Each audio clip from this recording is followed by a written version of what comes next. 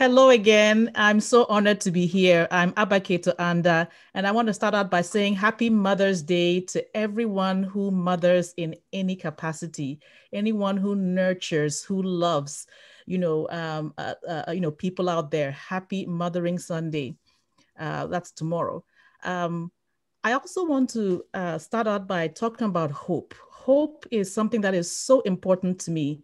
And I want to sell you on why hope has to be the foundation of everything we do as mothers, as wives, and certainly as women leaders. Hope has to be the foundation. So let me start out by saying this. Listen, life is tougher in a pandemic. We have the last 15 months have been challenging.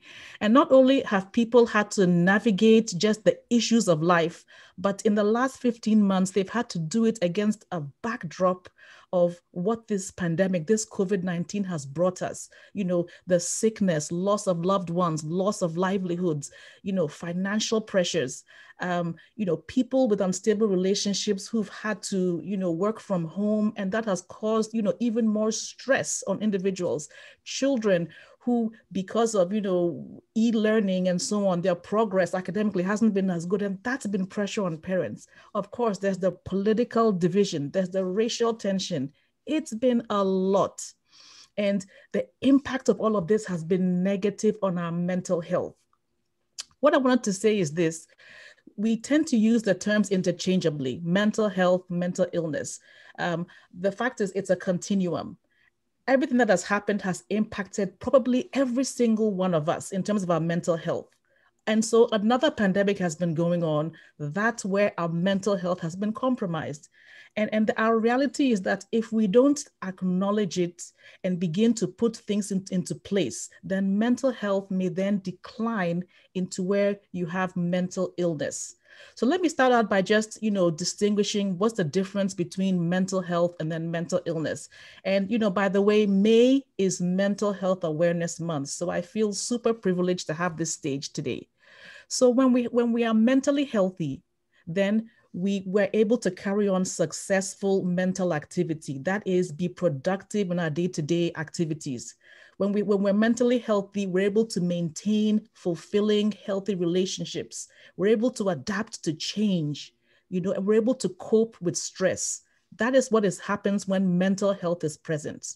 All right. Mental illness is when mental health is compromised to the point where now there's a disorder of mental health, and it's actually a medical condition where you can see changes in the chemistry of the brain.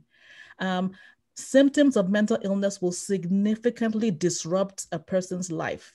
And of course, though there are different factors that can lead to mental illness, stress that is not dealt with is certainly one of those factors. And if there's one thing I'll leave you guys with, is to understand that mental health affects all of us, regardless of race, religion, education, income, age. It affects all of us. So here are some staggering figures, and which is why we really must acknowledge that, mental health is important, and we really must do things to really, break the stigma that has been so pervasive, especially, in some of our ethnic cultures. So here's the thing: 1 in 4 of us will be affected by mental illness in the course of our lifetimes. So I don't know how many people are watching me or watching the replay, but for every 4 of us, 1 of us has either experienced a mental illness or loves somebody close to them who is suffering as a result of mental illness. 1/3 of global disability is a direct result of mental illness. And mental illness also accounts for 13 years of our healthy lives lost because of ill health, disability, or early death. And mental illness has wide-reaching negative effects on people's education, their employment, their ability to be healthy and have relationships, And so we really must deal with it. So what is mental illness? Well, it's a wide umbrella of disorders. There's a diagnostic manual of mental disorders, and it's everything from major depression, that's clinical depression, to bipolar disorder, to schizophrenia, to alcohol and drug abuse, to autism, ADHD, personality disorders, eating disorders. It is diverse, it is wide-ranging. we cannot afford anymore to deny that it exists. So why am I talking about mental illness and hope? Well, there's if looking at the symptoms of depression, I don't have that slide up here, but there's about 9 main symptoms. Now, one of those symptoms, if you look at my third point here, is when there is intense sadness and a feeling of helplessness, hopelessness. And so when somebody's experiencing hopelessness for, most days, all day, every day for about 2 weeks, chances are it could be clinical depression. Also, when people are feeling suicidal, having suicidal ideation, they think of ending their lives, ask them, what are they feeling? Well, they're feeling hopeless. The New York Times recently published an article where they said languishing, this word called languishing, a feeling of blah, a feeling of stagnation and emptiness is the dominant emotion of 2021.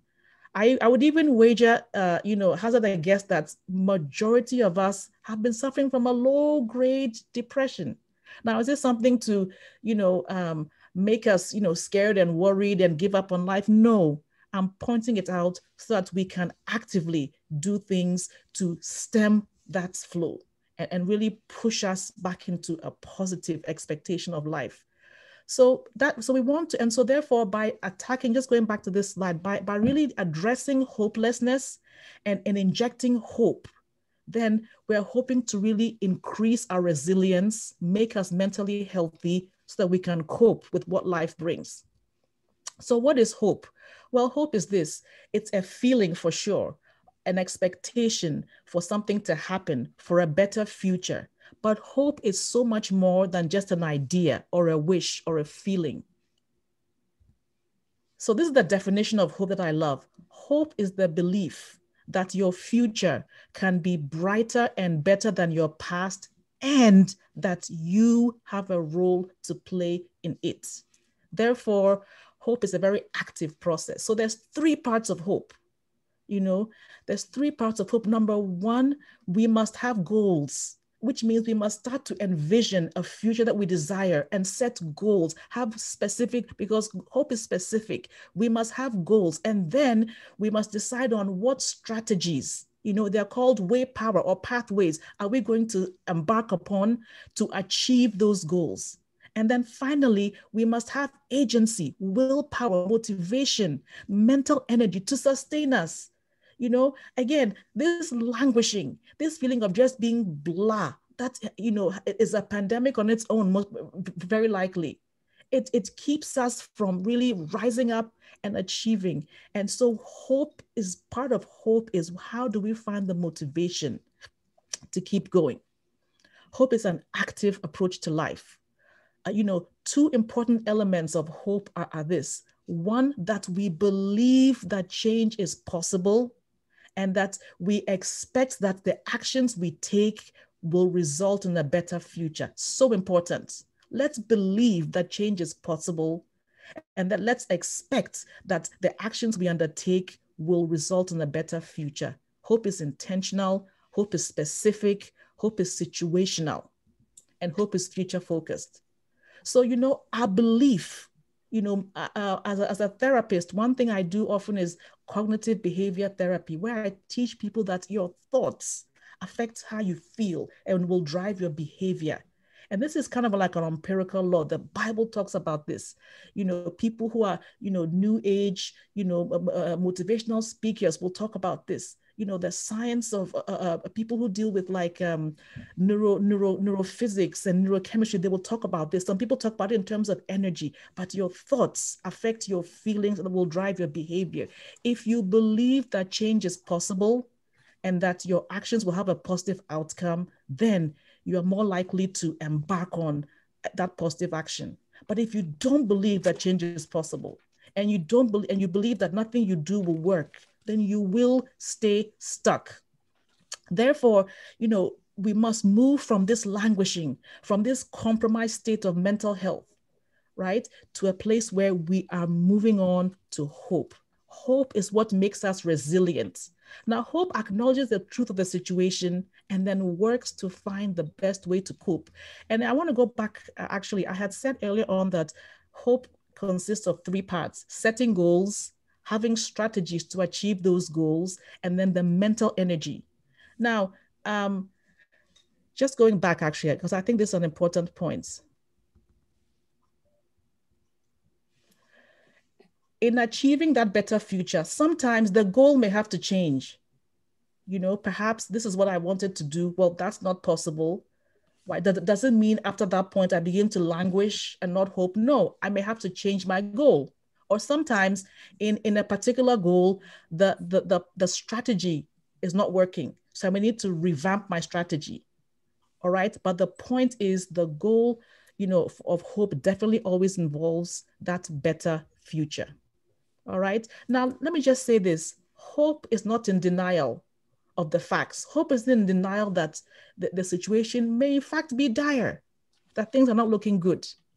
But still, hope chooses to see that there's something we can do to improve the situation. And in studies of hope, they actually identify two different types of hope. There is true hope and there's false hope. And as a physician who studied the effects of hope on his patients, on patients who were ailing with different diagnoses, and he found that giving them too much information about their condition made them fearful, overwhelmed, and then they shut down. But then he also found that when he withheld information from them, it also created false hope. So the point is, we want true hope. It's the sweet spot where you understand your reality, you understand your challenges, but you're not overfeeding your brain with negative information so that you have enough motivation to move forward with positive expectation. Okay? And one thing I want to say is that hope is a movable, factor. Hope is also, it differs in different areas of our lives. The point is, do we have rising hope? What we want is rising hope so that we can attain high hope. Again, research shows that people with high hope do better in life than people with low hope. People with high hope do better in overcoming trauma, surviving diseases like cancer. They perform better in school. They perform better at work. They navigate through their lives better when there's hope present. Hope buffers the effect of adversity and stress. Hope is resilience, and so it's an important coping resource. Hope can be learned. Hope is intentional, and the whole point is, again, I say it again, we want rising hope. And as women leaders, hope-driven leadership is important as a quality of effective leadership, because we're going through so much. There's so much challenge and chaos and change in the world we face today. And so leaders must be as dedicated to their individuals, to their stakeholders, to their employees, to their colleagues, to their bosses, as they are to the bottom line of the organization. Hope-driven leadership is servant-led.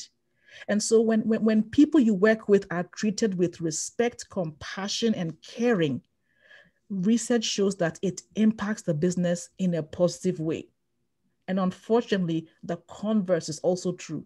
If you just are looking at the bottom line, the deliverables, without caring about the people you are working with, then you will see a negative impact on that bottom line.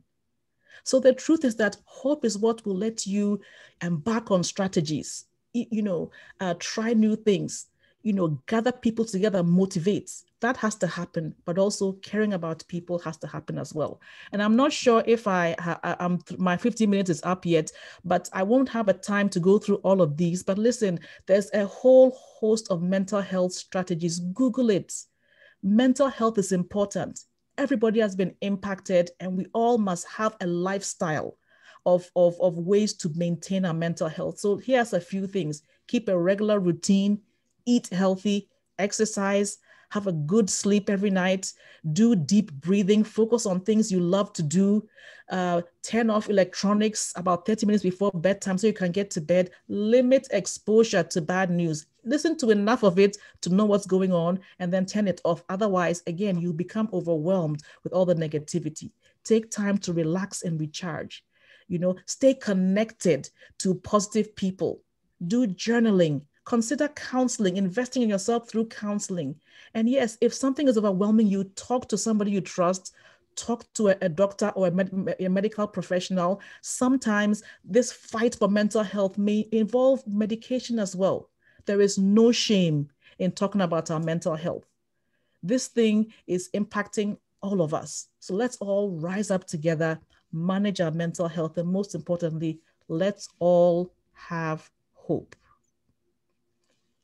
Thank you very much.